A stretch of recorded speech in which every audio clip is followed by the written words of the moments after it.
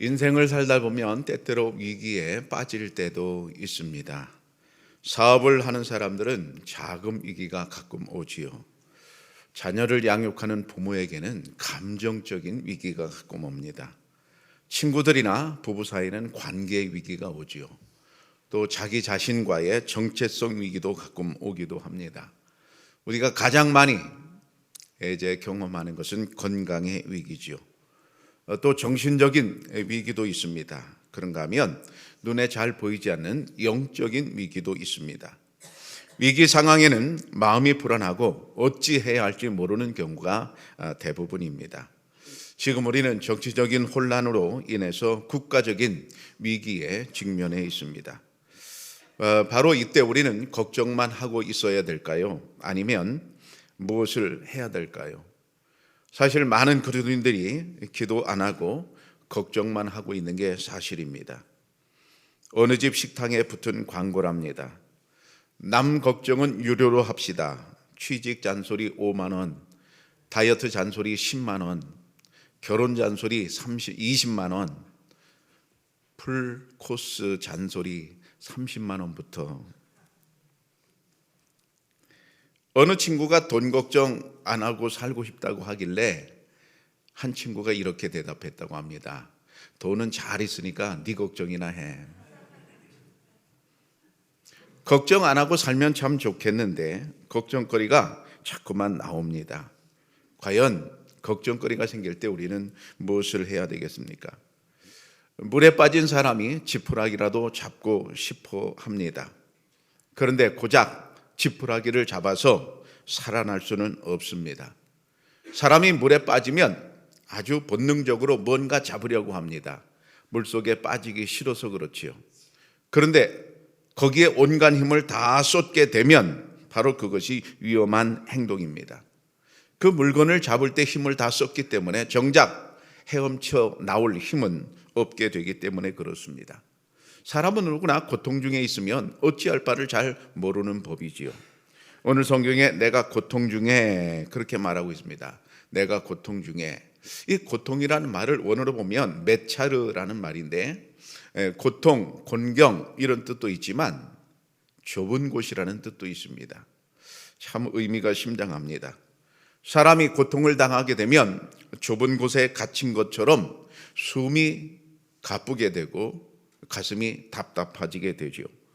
배가 항해하는데 넓은 바다를 항해한다면 참 자유롭게 오갈 수 있습니다. 그런데 그 배가 좁은 해협을 지나갈 때면 다릅니다. 물살도 거세어지고 폭도 좁아서 여간 신경이 쓰이는 게 아닙니다. 우리 인생이 좁아지면 위기가 되고 좁아지면 고통이 됩니다. 오늘 이 시인은 구체적으로 어떤 고통을 당했는지를 보면 12절에 이렇게 되어 있어요. 그들이 벌들처럼 나를 애워쌌으나. 엄청난 수의 벌들이 달라붙어서 고통을 당하고 있는 그런 모습이거든요. 이것은 대적자들의 어떤 그 집요함, 그 집요한 공격을 말해주고 있습니다. 대적자들이 마음을 자기를 이렇게 둘러싸서 꼼짝 못하게 해놓고 이제 죽인다고 하니까 이 시인은 너무나 마음이 급해지는 겁니다. 이럴 때는 눈에 보이는 게 없게 됩니다. 시야가 확보가 되지 않습니다. 넓게 볼 수가 없다 이 말입니다. 이리저리 돌아볼 여유가 없습니다.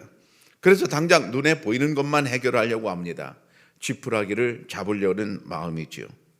또 13절에 보면 너는 나를 밀쳐 넘어뜨리려 하였으나 그랬어요. 누군가 나를 낙담하고 실패하게 만들려고 그렇게 나를 넘어뜨린다 그런 얘기입니다. 절벽에서 나를 밀어서 넘어뜨리는 목적은 무엇입니까? 그 사람을 죽이려는 것이지요. 그러니까 당하는 사람은 생명의 위협을 당하고 있는 것입니다. 사촌이 땅을 사면 배가 아프다는 심보로 사람을 공격하기도 하지요. 경쟁 상대가 나보다 먼저 높은 자리에 오르게 되면 배가 아파집니다. 그래서 그를 끌어내립니다. 그를 넘어뜨립니다. 험담을 합니다. 나보다 못한 놈인 줄 알았는데 나보다 더 잘 나가게 되면 그게 배가 아픕니다. 그래서 그를 밀쳐 넘어뜨리려고 합니다. 가까운 사람이 나를 밀쳐 넘어뜨리면 여러분 얼마나 고통스럽습니까? 그 배신감에 치를 떨 수 있습니다. 바로 그런 아픔을 지금 시인이 느끼고 있다 그 말입니다.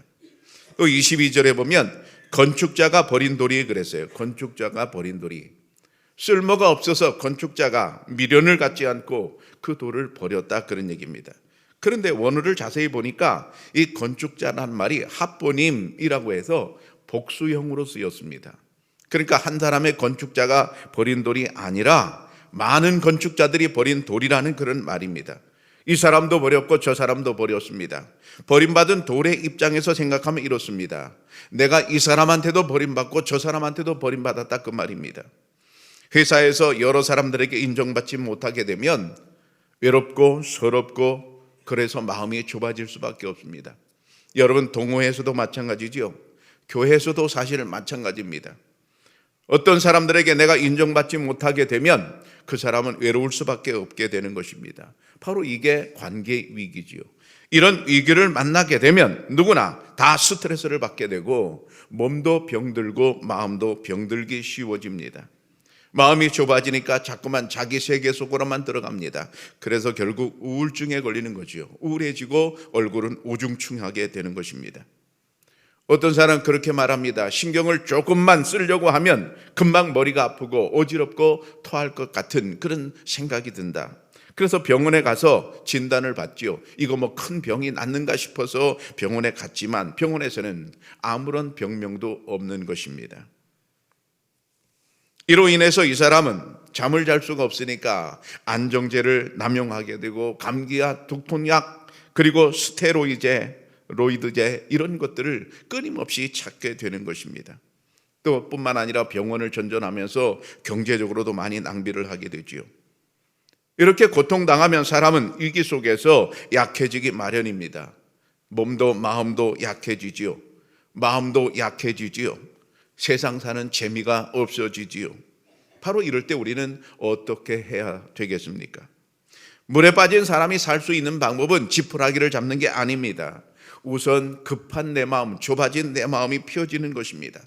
마음이 넓어지고 여유가 생겨야 합니다. 그래서 오늘 성경에 보면 하나님께서 어떻게 하셨는가 하면 나를 넓은 곳에 세우셨도다 그랬습니다. 해결이 되었단 말이거든요. 이 넓은 곳이라는 말은 메르하브라는 말인데 넉넉한 장소 혹은 자유 혹은 해방이라는 뜻입니다. 감이 딱 오지요. 하나님께서 우리를 좁은 곳에서 끌어내어서 넓은 곳에 세우시면 그때부터 해결 방법이 이제 생기는 것이지요. 불안하고 긴장했던 그런 마음이 넉넉하게 되어야 비로소 자유함을 얻을 수 있습니다. 여러분, 우리는 때때로 왜 바다가 보고 싶은 것일까요? 바다에 가서 그 탁 트인 바다를 보면 뭔가 가슴이 빵 뚫리는 것 같은 아주 시원함을 느낍니다.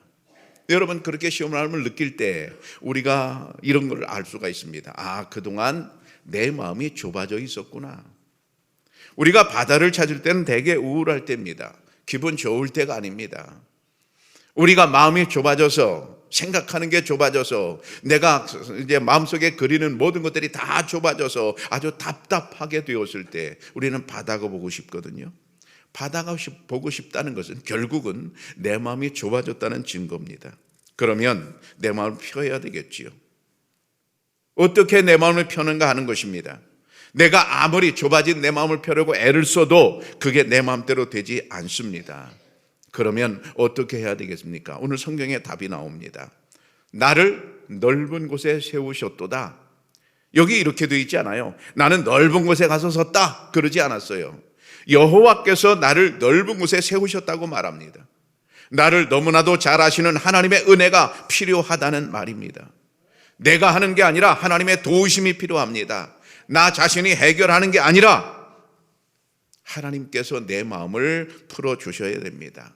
저 말씀해 보면 내가 고통 중에 여호와께 부르짖었더니 여호와께서 응답하시고 나를 넓은 곳에 세우셨도다. 영어 성경에 넓은 곳을 뭐라고 했는지 보셨습니까? 풀이라고 해놨습니다. 나를 자유하게 하셨다고 했습니다. 우리가 물속에서 허우적거리고 있을 때 지나가는 사람을 만나지 못하면 그냥 빠져 죽을 수 있습니다. 수영을 못하는 경우에. 지나가는 어떤 사람이 외부에서 구명줄이나 구명보트를 내게 던져주면 나는 익사를 면할 수가 있지요. 그런데 지나가는 사람이 누군가가 매우 중요합니다. 5살짜리 유치원생이 혼자 지나가고 있다고 생각을 해보십시다. 나한테 도움이 될까요? 안 될까요? 전혀 안 됩니다. 5살짜리가 나를 어떻게 구해준단 말입니까? 구할 능력이 전혀 없기 때문이죠. 그러면 25살짜리 청년이 지나가고 있다면 어떻게 될까요? 가망성이 조금 있습니다. 그런데 그가 맥주병이라면 가망성이 없습니다. 그런데 지나가는 사람이 119 구급대원이라면 어떨까요? 나는 분명히 살아납니다. 그 사람은 물에 빠진 사람을 구하는 훈련을 매일 하는 사람이고 그걸 머릿속에 늘 숙지하고 있는 사람입니다. 전문가란 말입니다. 물에 빠진 나를 구원해 줄 전문가가 지나가고 있다 그러면 여러분 그 사람 때문에 내가 살아날 수 있습니다. 그러면 구급대원이 지나간다고 해서 100% 살아날까요? 아니요, 100%는 아닙니다. 근데 100% 살아날 길이 한 가지 있습니다. 누가 지나가는 것입니까? 전능하신 하나님이십니다. 전능하신 하나님이 내가 어려울 때, 내가 위기에 빠져 있을 때 내 인생에 오셔서 나를 만나 주시면 우리는 분명히 거기서 살아나게 될 줄로 믿습니다. 여러분, 안문숙이라는 탤런트를 아실 것입니다. 그의 간증을 잠깐 들어보도록 하겠습니다. 2000년 전에 나의 죄 때문에 예수 그리스도가 십자가에 달려 돌아가셨다가 고난을 당하셔서 돌아가시고 3일 만에 부활하셔서 나에게 영생과 구원을 주셨대요. 너무 기가 막히더라고요. 2000년 전에 난 태어나지도 않았고 그렇지. 우리나라 사람도 아닌 이스라엘 코 큰 사람이 예수라는 사람이 나 때문에 죽었대. 이게 이런 사기가 없는 거죠. 이런 거짓말이 어딨어. 아니 이런 억지가 어딨냐고요. 그래서 참 기가 막힌 거예요. 이걸 억지로 믿으라는데 나는 반발감이 섰어요. 아니야. 그리고 성경도 보니까 구약을 보면 좋은 얘기만 있는 게 아니잖아요. 그렇죠. 무서운 것도 있고. 그냥 추접스러운 얘기도 있고 맞아요. 근친상간부터 시작해서 예, 맞아. 막 이게 그리고 막 가장 쇼킹은 뭐냐면 마리아가 예수를 잉태한 장면이어서 저는 정말 그 장면에서는 성령의 바람만 싹 하고는 그냥 임신이 된 거잖아요. 나는 진짜 솔직히 할 수만 있다면 지금 그렇게 임신을 하고 잡습니다. 마침 그 젊은 목사님 벤치에 앉아서 이렇게 성경책을 보고 계시길래 잘 됐다. 저분한테 따져야 되겠다는 걸 가서 막 따졌어요.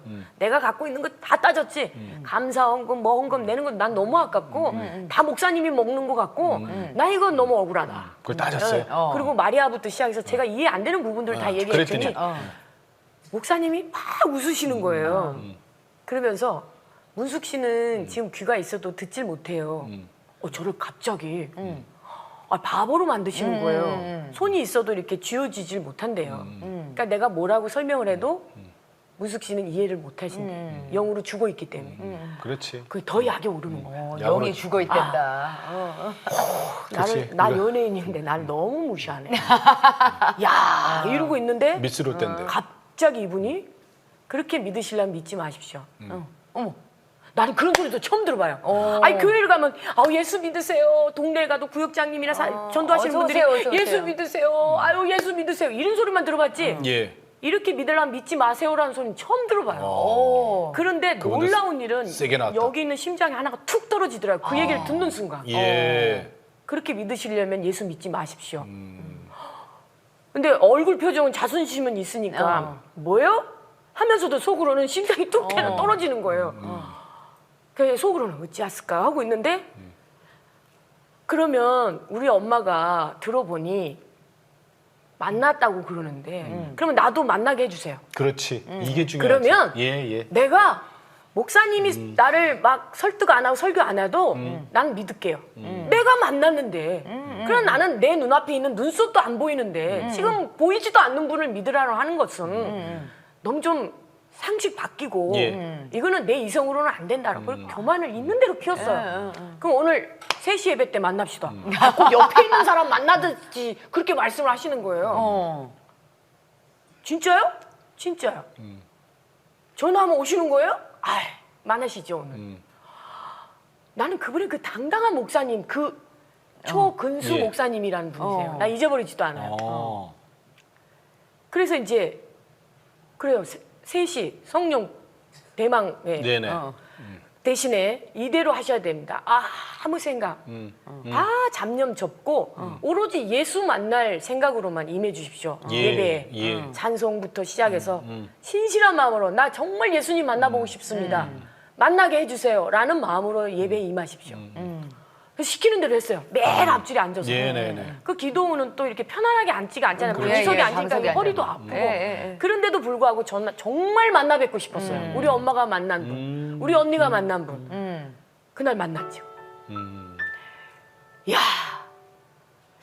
그때 기도원에 올라갔을 때 쳐다봤던 그 나무, 돌 하나하나가 제가 만나 뵙고 난 다음에 바라보는 모습들이 완전히 다르더라고요. 그렇지. 새롭게 보이는, 이건 과학적으로 설명이 안 되는, 예. 그 받아본 사람만이 아는. 그런데 정말 놀라웠게도 그 짧은 시간에 갑자기 제가 너무 작은 거예요, 존재가. 내 존재가. 내 존재가. 그 순간, 그 뜨겁게 와닿을 그 순간, 존재가. 너무너무 창피했고, 너무너무 죄송했고, 내 주변에 아무도 없는데, 아무튼, 눈물 콧물은 다 썼고. 그건 말할 것도 이건 없고. 기본이고 그죠? 기본이었고요. 회개력이 막 터져서. 그 초등학교 1, 2학년 때 그 옆에 친구 지우개가 너무 이쁘고 탐스러워서 몰래 훔쳐간 것까지 기억나게 해주시더라고요. 그렇지. 저는 그걸 까마득히 잊고 살았어요. 그거 어떻게 기억을 하냐고요. 그 회개의 기도. 그거를 떠오르게 해주시더라고요. 야, 대단하신 분이더라고요. 그러니까 대단하지. 깜짝 놀랐죠. 이 내가 품고 있는 그 나쁜 생각까지도 다 네. 토설하게 하시고. 그때부터 내 마음에 또 다른 마음 하나가 생겨서 그때부터 막 이제 마음이 싸워요. 어디 안 좋은 데 갈 때는 가지 마. 이렇게 두 마음이 생겨서 이제 그게 증거가 되는 거예요. 그러면서 내 안에 이제 성령이 폭발이 돼 버리니까. 그 사건 이후로 그러면은 세 모녀가 다 성령을 만난 거잖아요. 네. 그 얼마나 좋았을까 집안이. 난리가 났죠. 그죠? 가정 예배를 드리는데 그때 뭐 체계적이 이제 성령은 충만해서 막 그러니까. 뭐든지 하고 싶을 때요. 나는 어머니, 공중에 언니 붕 떠갖고 뭐. 다녔었어요. 방방방방. 방방방방방.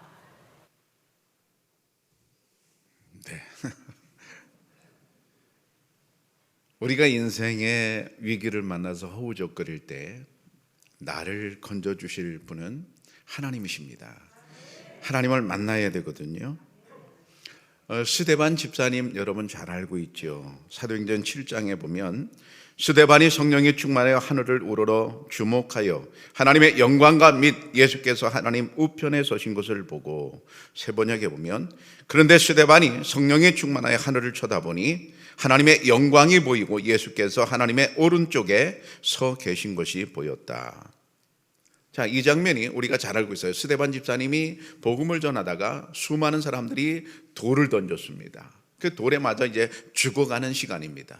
죽어가는 시간에 눈을 들어서 보니까 하나님의 영광이 보였어요. 그리고 예수님이 보였어요. 예수님이 보이는 순간, 하나님이 보이는 순간 자기가 돌에 맞아 아픈 모든 것들이 다 잊혀진 거예요. 그 얼굴이 환하게 천사같이 빛났다 그런 얘기거든요. 가장 어려운 순간, 우리가 이렇게 어려운 순간은 만나지 못하였지만 가장 어려운 순간에 놀랍게도 하나님의 영광을 보니까 자기 어려운 현실이 다 사라진, 눈녹듯이 사라지는 거예요. 그래서 스데반은 그렇게 천사의 얼굴처럼 하면서 이제 죽음에 이르게 되었거든요. 그러면 어떻게 그런 일이 벌어질까? 하나님께서는 광대하신 분이기 때문에 광대하신 하나님을 만나면 누구나 그렇게 되는 겁니다. 시편 34편에 보면 나와 함께 여호와를 광대하시다 하며 함께 그의 이름을 높이세 그랬어요. 하나님을 어떤 분으로 알고 있는가 하면 광대하신 하나님으로 알고 있어요. 근데 광대하시다는 말이 재미있어요. 단어가 깠델루, 광대하시다 이런 뜻이거든요. 하나님은 까다로운 분이 아니라 깠델루이십니다. 광대하신 분입니다. 여러분, 내가 힘들고 어려울 때, 내가 좁아졌을 때 우리가 누구를 만나야 되는가? 광대하신 하나님을 만나야 합니다. 환난 때마다 하나님은 환경 속에 매몰되는 분이 아니셨습니다. 그보다 훨씬 더 광대하신 분이십니다. 이스라엘 백성들이 애굽 군대를 이제 애굽에서 탈출해서 애굽 군대가 쫓아오는데 도망을 가고 있었지요. 그때 홍해 바다가 앞에 놓여 있었지요. 그러니까 앞으로 갈 수도 없고 뒤로 갈 수도 없고 이제 그때 그 당시에 있던 모든 사람들은 다 똑같은 생각을 했을 것입니다. 이제 꼼짝없이 죽거나 끌려갈 것이다. 모세도 다르지 않았을 것입니다. 우리는 그 다음에 홍해바다가 갈라져서 구원받았다. 이건 우리가 이걸 알고 있으니까 그렇지. 그걸 모른다고 생각해 보세요. 그 당시 거기 있다고 생각해 보세요. 사람은 누구나 다 이제 꼼짝없이 죽었다라고 생각할 수밖에 없습니다. 왜 그런가 하면 인간은 위기 안에 매몰될 수밖에 없기 때문에 그렇습니다. 인간은 환난 속에 매몰될 수밖에 없어요. 어떤 큰 문제를 우리가 딱 당하면 그 위기 속에 우리는 매몰될 수밖에 없어요. 그런데 하나님도 매몰되느냐 하는 거예요. 하나님은 결코 매몰되지 않습니다. 그 바깥에 계십니다. 그래서 인간이 전혀 생각할 수 없는 방법을 생각하시는 거예요. 왜? 바깥에 계시니까. 그래서 홍해바다를 쫙 갈라서 내가 문제를 해결해야 되겠다, 그렇게 생각을 하시고 홍해바다를 가르신 거예요. 그 이유가 뭐예요? 하나님의 광대하심을 우리에게 보여주시는 겁니다. 나사로가 죽었잖아요. 완전히 죽었잖아요. 그래서 장례가 끝나고 무덤 속에 들어갔잖아요. 무덤 속에 들어가는데 냄새가 펄펄 나는 거예요. 썩은 냄새가 나는 거죠, 시체가. 썩은 냄새가 날 때까지 예수님은 기다리셨어요. 그런데 그 나사로가 죽은 그 가정 안에, 그 현장 안에는 사람들이 모두 그 죽음 안에 매몰돼 있었습니다. 죽음 안에 매몰되니까 다 울었어요. 믿음이 있는 사람도 울었어요. 그때 마리아와 마르다 이런 사람들은 다 요즘으로 치자면 교인이란 말입니다. 성도란 말입니다. 다 교회 다녔단 말입니다. 믿음이 있었단 말입니다. 믿음이 있어도 소용없는 거예요. 그 환경 속에 다 매몰됐어요. 다 울었어요. 이제는 방법이 없는 겁니다. 사람이 죽었는데 무슨 방법이 있어요? 방법이 없는 거예요. 그래서 그들은 모두 다 절망하고 있었습니다. 그런데 그 환경에 매몰되어 있고 환경 밖에 계신 하나님께서 그러면 이 문제를 내가 어떻게 해결하지? 기다리셨다가 이렇게 해결하십니다. 내가 죽은 나사로를 살려야 되겠다. 인간은 아무도 그런 생각할 수가 없어요. 하나님만이 그런 생각을 하실 수가 있어요. 왜? 광대하신 하나님이시니까요. 그래서 결국 죽은 나사로를 살리심으로 말미암아 그 집에 새로운 희망을 주셨거든요. 하나님은 광대하신 분인 줄로 믿습니다. 그런데 그렇게 광대하신 하나님을 우리는 어떻게 내 입으로 고백할 수 있을까? 어떻게 내가 그런 걸 체험할 수 있을까? 오늘 본문에 답이 나옵니다. 부르짖었더니 여호와께서 응답하시고, 내가 고통 중에 있을 때 하나님께 기도했더니 하나님께서 응답하셨다는 말씀이거든요. 우리가 곤경에 빠졌을 때 기도하는 일은 그렇게 쉽지가 않습니다. 기도하던 사람도 곤경에 빠지면 기도를 쉬는 그런 일이 십상입니다. 그런데 여기 보면 기도만이 고통을 탈출할 수 있는 유일한 방법임을 가르쳐주고 있어요. 내가 고통 중에 있을 때 부르짖었더니, 하나님께 기도했더니 하나님께서 응답하셨다고 말하고 있어요. 여러분, 우리가 어려움 속에 있을 때 하나님께 기도하면 하나님이 응답하시는데 하나님의 응답은 언제나 우리 예상을 뛰어넘습니다. 광대하신 하나님이신 줄로 믿습니다. 다윗 왕의 기도를 보십시오. 시편 25편에 보면 여호와여 주의 도를 내게 보이시고 주의 길을 내게 가르치소서. 다윗은 참 똑똑한 왕이었거든요. 굉장히 지혜로운 왕이었거든요. 뿐만 아니라 자기 밑에 요즘으로 치면 훌륭한 석박사들이 얼마나 많겠어요. 즐비하지 않겠어요. 한 나라를 다스리는 왕이라면 왕 밑에 그 나라에서 똑똑한 사람은 다 모이는 거거든요. 그런데 똑똑한 이제 다윗이 이렇게 기도합니다. 여호와여 주의 도를 내게 보여달라고 기도합니다. 여기 주의 도를 내게 보여달라고 기도하는 이면에는 뭐가 들어있는가 하면 내 생각을 포기하겠다는 말이에요. 내 생각을 포기할 테니까 하나님의 생각을 내게 가르쳐 달라는 거예요. 여러분, 내 생각이 옳겠어요? 하나님의 생각이 옳겠어요? 물어볼 필요도 없습니다. 내 생각이 아니라 하나님의 생각이 옳은 줄로 믿습니다. 왜 그렇습니까? 하나님은 우리보다 훨씬 크신 분이기 때문에. 여러분, 제가 어릴 때 사춘기 때 내 생각이 옳은 줄 알았어요. 나중에 커보니까 부모님 생각이 옳더라고. 부모님 인생을 더 많이 사셨고 경험이 많아서 아는 게 많으시더라고. 그러면 하나님은 어떠시겠어요? 아무리 내가 똑똑한 척을 하고 아무리 내가 공부를 많이 해도요, 하나님 10,000분의 1을 우리가 따라갈 수 있겠어요? 10,000분의 1도 따라갈 수 없을 것입니다. 그러니까 그것을 깨달은 다윗은 자기가 똑똑함에도 불구하고 하나님 나에게 주의 도를 보여달라고 기도하고 있습니다. 바로 이게 믿음인 줄로 믿습니다. 우리가 믿는다고 하는 것은 나의 생각을 고집하는 게 믿음이 아니에요. 하나님의 생각을 내게 보여달라는 게 믿음이에요. 하나님의 생각대로 가야 될 줄로 믿습니다. 그 다음에 주의 길을 내게 가르쳐 달라고 기도하고 있어요. 여러분, 주의 길을 내게 가르쳐 달라고 기도하는 이면에는 뭐가 들어있는 겁니까? 나의 길을 포기하겠다는 거예요. 여러분, 내가 생각한 길대로 가는 게 내가 정말 행복한 것일까요? 아니에요. 하나님의 생각한 하나님의 섭리대로 가는 게 내게 행복합니다. 네. 내 길을 가야 내가 행복하다고 생각하고 우리가 교회를 다닌다면 그건 제대로 주님을 섬기는 게 아닙니다. 하나님께서 내게 원하시는 그 길을 따라 내가 가야 여러분 그 길이 복된 길인 줄로 믿습니다. 그래서 다윗은 기도합니다. 주의 길을 내게 보여달라고 기도합니다. 여러분, 우리가 고통 중에 있을 때는 내 생각, 내 길만이 최고인 줄 압니다. 그것 전부인 줄 압니다. 하나님께서 이렇게 말씀하시면 그 말을 잘 믿으려고 하지 않습니다. 왜 말을 믿으려고 하지 않을까요?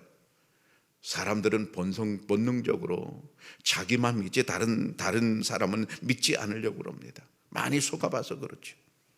세상에 믿을 놈이 어디 있어? 라는 게 우리 마음 깊은 곳에 이제 옹알이를 틀고 있습니다. 그렇기 때문에 우리 속에서 하나님의 생각을 자꾸 이제 받아들여야 되는데 받아들이지 못하는 거부감이 있는 겁니다. 그러나 내 생각으로는 해결 방법을 찾을 길이 없습니다. 자꾸 좁아질 뿐입니다.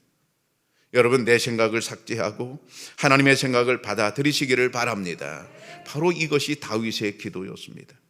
그러면 다윗의 기본적인 생각은 무엇이었을까요? 다윗은 불안하고 불평하고 원망하고 저주했습니다. 다윗을 배반한 아히도벨, 그리고 아들도 배반했죠. 압살롬, 그리고 그일라 주민들도 은혜를 망각하고 다윗을 배반했지요. 배반당한 다윗이 볼 때는 너무나 불평스럽습니다. 너무나 원망스럽습니다. 저주를 퍼붓고 싶습니다. 그의 시에 보면 저주가 상당히 많이 나옵니다.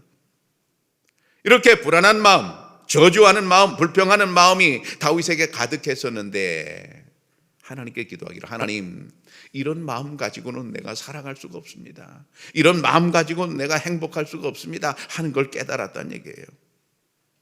여러분, 어려운 환경만 생각하면 한숨만 터져 나오지요.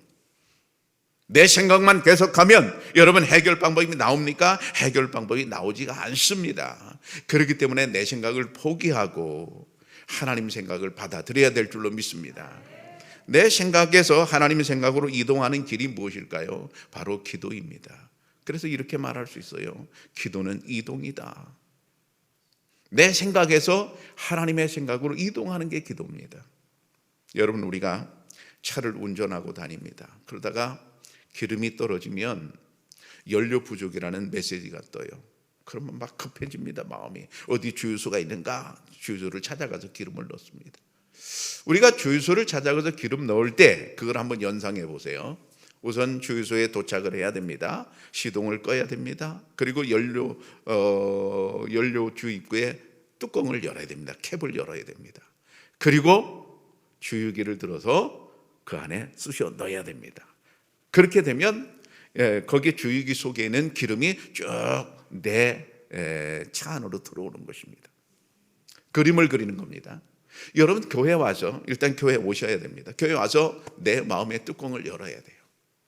그리고 기도를 통해서 하나님의 생각을 내 생각 속으로 집어와야 됩니다. 끌어와야 됩니다. 끌어오는 순간에 내 생각이 나가야 돼요. 내 생각이 계속 거기 있으면 기름이 들어올 수가 없지요. 하나님의 생각이 들어올 수 없지요. 그런데 하나님의 생각을 끌어오는 방법이 뭐예요? 바로 기도를 통해서 들어오는 것입니다. 여러분, 하나님과 기도로 연결되어 하나님의 생각이 여러분 생각 속으로 들어오시기를 축복합니다. 마태복음 26장에 보면 내 아버지여, 만일 할만하시거든 이 잔을 내게서 지나가게 하옵소서. 그러나 나의 원대로 마시옵시고 아버지의 원대로 하옵소서. 이렇게 기도합니다. 예수님의 마지막 기도죠. 겟세마네 동산의 마지막 기도죠. 우리가 잘 알고 있는 거죠. 예수님도 십자가를 지기 싫으셨습니다. 십자가를 지는 게 너무 싫으셨어요. 예수님의 본성이셨어요. 인간이셨으니까요. 그래서 하나님께 기도합니다. 하나님, 이 잔을 내게서 옮겨 주옵소서. 근데 기도를 한참 하다 보니까 하나님의 생각이 예수님의 생각 속으로 들어왔어요. 기름이 들어왔어요. 그리고 기도합니다. 내 뜻대로 마옵시고 아버지의 뜻대로 해달라고 기도합니다. 바로 이거지요. 여러분, 우리가 고난당할 때 우리가 할 일은 바로 기도인데 왜 우리가 기도를 해야 되는가? 좁은 내 생각을 버리고 넓은 하나님의 생각을 받아들이기 때문입니다. 야고보서 5장에 보면 너희 중에 고난 당하는 자가 있느냐? 그는 기도할 것이요 그랬어요. 고난이라는 단어와 기도라는 단어가 연결이 되고 있습니다. 여러분, 반드시 우리는 이것을 연결해야 돼요. 너희가 고난 당하는 자가 있느냐? 그러면 그는 뭐 하라? 기도해라. 왜 우리가 고난 당할 때 기도해야 되는가? 고난 자체를 하나님이 해결해 주시기도 하지만 그것만 있는 게 아니라 내가 고난 중에 기도하면 광대하신 하나님을 내가 만나기 때문입니다. 좁은 내 생각을 버리고 크신 하나님의 생각을 내가 받아들일 수 있기 때문인 것입니다. 그러므로 고난이라고 하는 것은 하나님을 만날 만한 좋은 기회입니다. 그래서 위기는 기회라고 말하죠. 왜 위기가 기회일까요? 하나님을 만나는 기회가 되기 때문입니다. 여러분, 고난을 통해서 광대하신 하나님을 체험하시기를 바랍니다. 바로 그 방법이 기도입니다. 그래서 기도가 답입니다. 기도만이 해결책입니다. 여러분, 당장 기도의 자리에 오시기를 바랍니다. 광대하신 하나님을 만나러 새벽마다 여러분 힘써서 기도의 자리에 오시기를 바랍니다. 기도를 통하여 하나님의 위대하심, 하나님의 광대하심을 인정하고 고백할 수 있기를 바랍니다. 사랑하는 청약교회 성도 여러분, 우리에게 아무리 큰 위기가 닥쳐온다 할지라도 하나님은 그 위기보다 더 크신 분입니다. 하나님은 크고 광대하신 분입니다. 하나님께 나와 기도함으로 위기를 극복하시기를 축복합니다.